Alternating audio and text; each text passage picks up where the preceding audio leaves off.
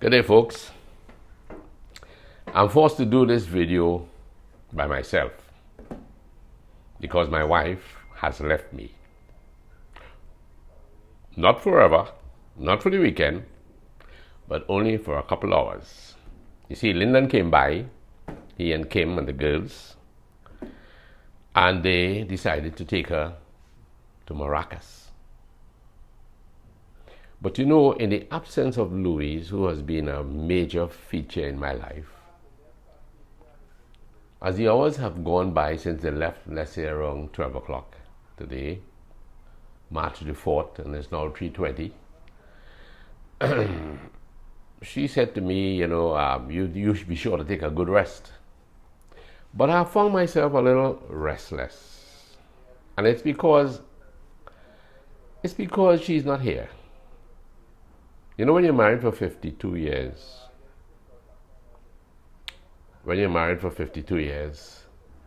that is what it will be on April the 11th, you really kind of grow attached to the person.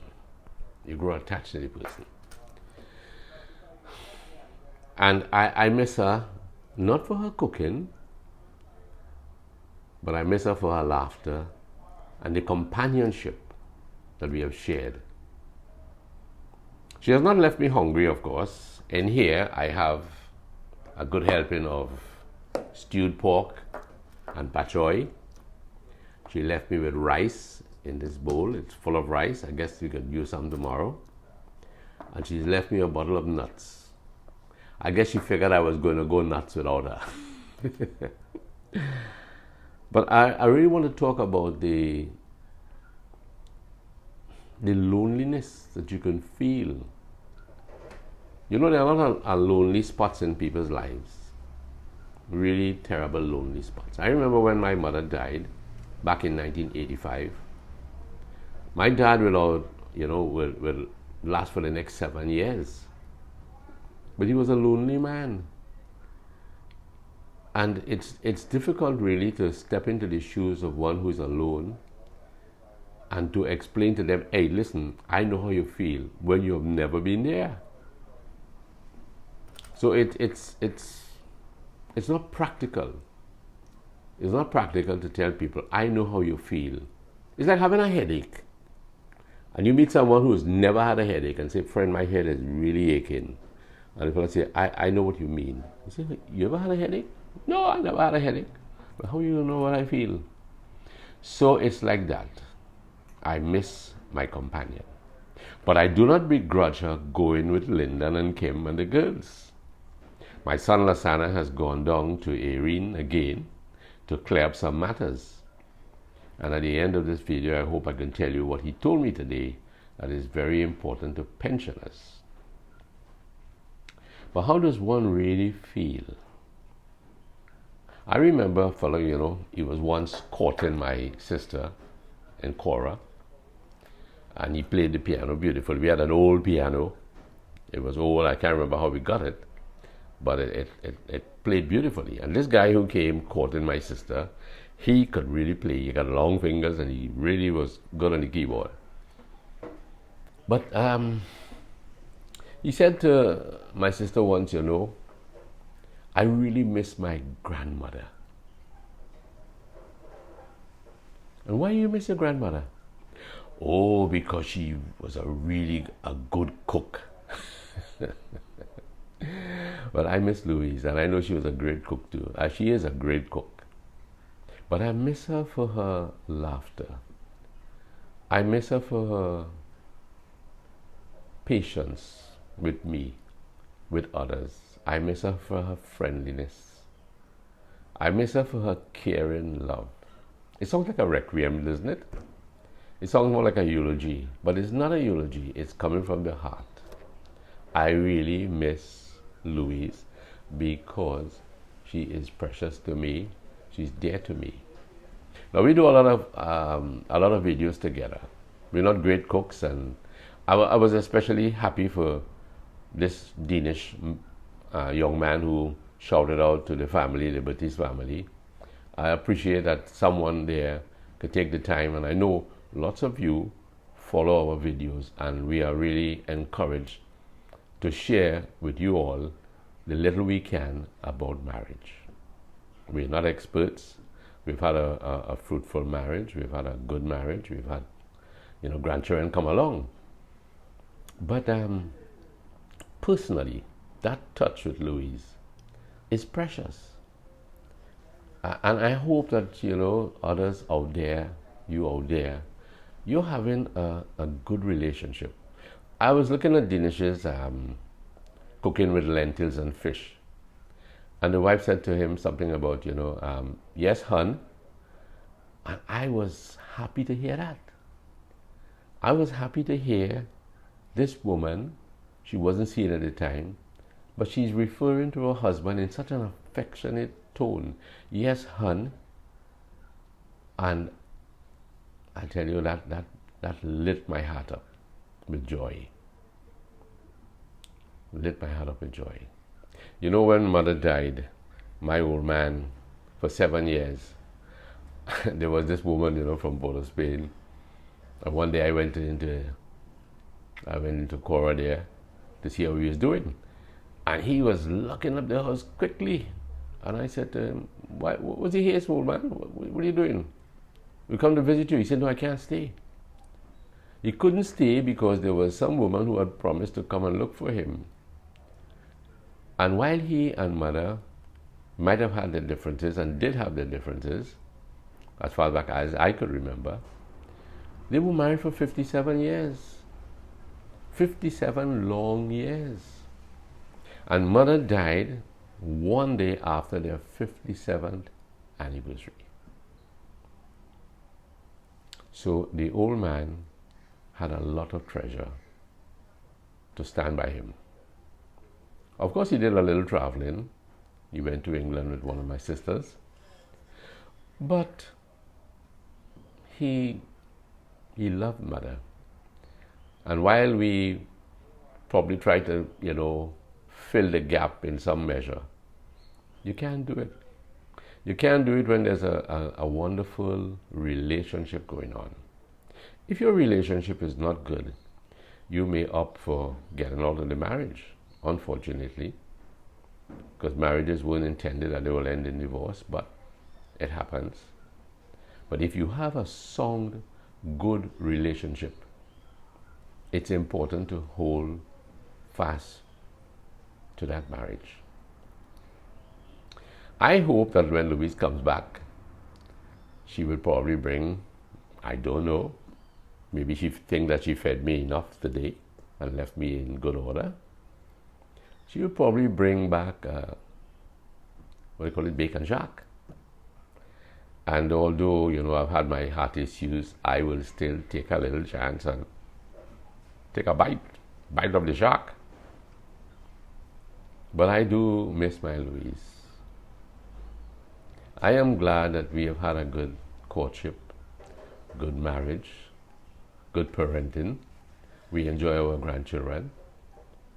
And this is something this morning I woke up and I was thinking, and maybe I wanted to do it back in Cora there.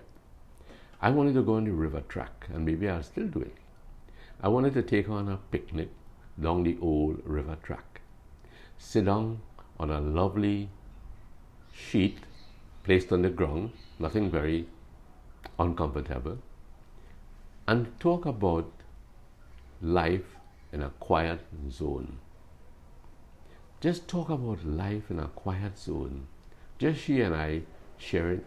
I had it in mind to take, to buy 2 wrapped rotis and sit down under the trees going down to the river. Just a picnic in our own Cora Botanical Garden. And I believe that would have been, real romantic. People feel that when you get old or older, you ain't got time for romance. But that's not true, brother. That's not true. The older I get, is the more inclined I am to doing things that are tender, things that are impacting on my health. And one of the things that will impact on my health is to love my wife dearly, more dearly, every day. more daily every day. So I want to go, and hopefully we can pull this off sometime next week, God willing.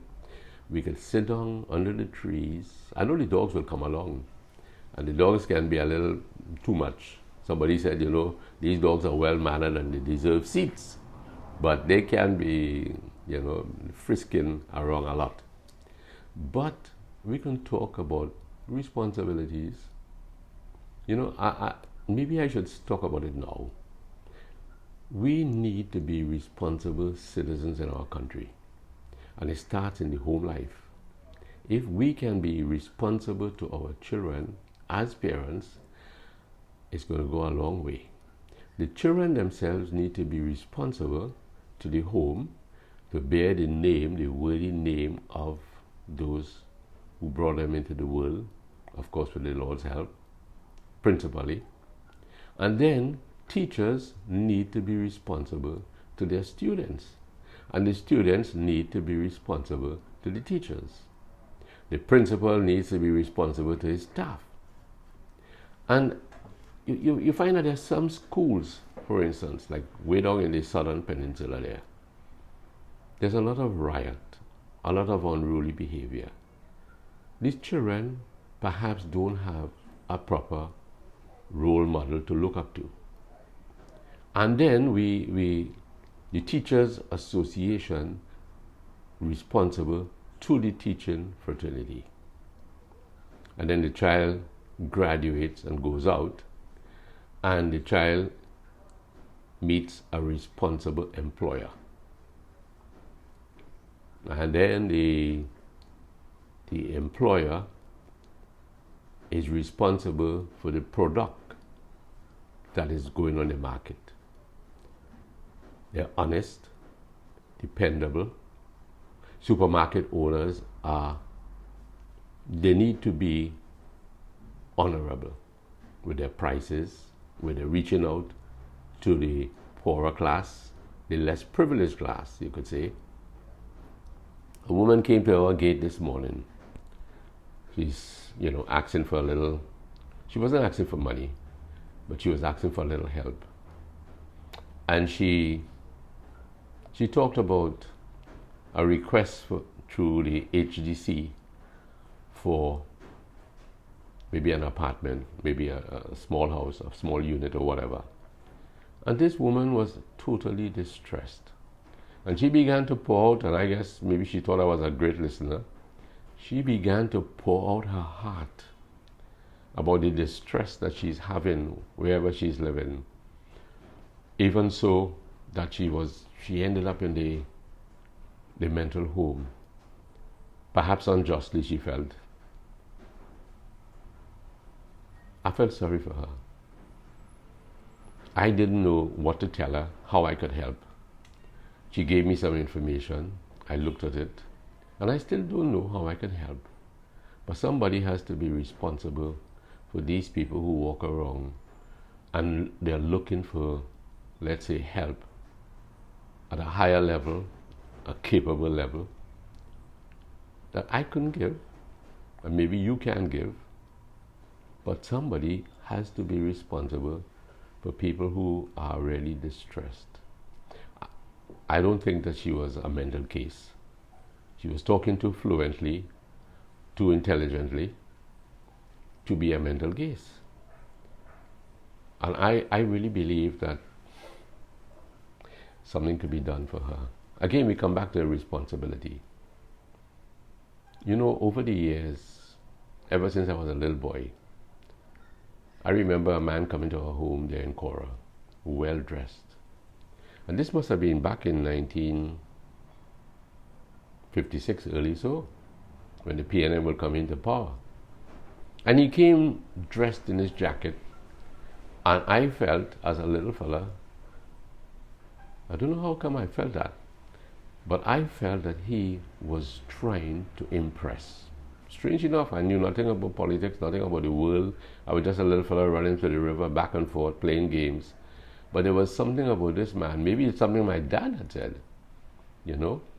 If we vote for this man, will he conscientiously see to our needs, the needs of the society, the needs of the community. We were a small community in Cora at the time, and the most that we could ask for was water, pipe-borne water, which, my dear friend, would come many, many years later. We could ask for the roads to be improved, the littering to be stopped along the road. We could have asked for those things, and I'm sure my dad did.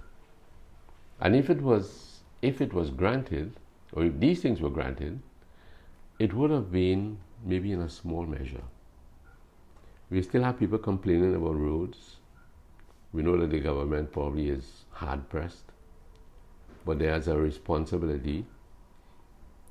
You know, long time ago when we lived in St. Anne's, somebody wanted to sell me a Cortina car. It was a small car which seemed to be fragile parts. And I decided, okay, I will go down and see this car, what it looks like. And it so happened that the man didn't know I was coming, and the car was jacked up. All four wheels were off the ground, and the car looked like it needed a hospital. And the man explained that the roads were bad, and everything was not the way we have some of the roads now, are really up to mark. I couldn't buy the car, because what's the point of spending money to buy a car and you have no money to repair it after? So somebody has to be responsible. That's why we need responsible politicians, and we need responsible police force. I know they're doing their best to combat crime, but there must be an injection, a further injection of honorable behavior, dedicated work. You know, a lot of actors in movies, when you look at them and you watch their parts they play, those parts didn't come overnight. They didn't get a hang of it overnight. They had to go through a process of repeating and repeating and repeating. Now it's easier with digital structuring. But long ago when you had all these extras, you had 1,000 extras, whatever, hundreds of extras, everybody had to play a part, and they all had to synchronize. And that's what our society needs, people who will synchronize every department, every ministry working in total sync. No room for, no room for letting up. Commitment. Louise likes to talk a lot about commitment. And I know she's a committed woman. Committed to running a home. Committed to the accounts. I was never good in maths. I wasn't even good in arithmetic. But Louise is a very committed person. And I honor her with the thought that she is a valuable asset. We want to have commitment. We want to have proper communication. We don't need an opposition that is at the throat of the prevailing government. And we don't need a government that is at the throat of the opposition. We need people to move together as one cohesive unit. That's what we want. We want a drive for excellence. I don't want to be scriptural now, but if you know the story of Daniel and his companions were there in Babylon, and they were committed to excellent work. And each of them, 3 and plus Daniel, they held viable positions in the Babylonian government. They were committed. So what we need to do, we need to be committed. We need to be a people. I was hearing something today about conviction. We need to have that strong conviction. We want to take our country forward. We can't afford it to lapse. In a couple minutes, I guess, maybe an hour or so, Louise will return. And hopefully she will have my bacon shark. When she comes back, I know I will put my arms around her. And I will thank the Lord that she's back safely. And my sons are safe. My daughters are safe. my grandchildren are safe. Because we are committed, in all of our videos, really. I don't know if we're getting the message across clearly, but we love our country. We love our country, and our country, we would like our country to go forward. We don't want this backbiting. We don't want to smear anybody. There's a little portion in the scriptures. Forgive me again if I sound like a preacher. But it says, devise no evil against thy neighbor when he dwelleth securely by thee. I think that's a lovely verse. Devise no evil against thy neighbor when he dwelleth securely by thee. So who's your neighbor? Somebody who trusts you. And if he's trusted you and you are devising evil against that person, that's a mistake, brother and sister. That's a mistake. So what we need is a committed, convicted society responsible to carrying us forward. My friends, there's nuts, there's pork and pak choi, and there's a lovely, heavy bowl here of rice. I will invite you over if you are inclined. So do have a wonderful weekend and hope that all goes well. Thank you very much.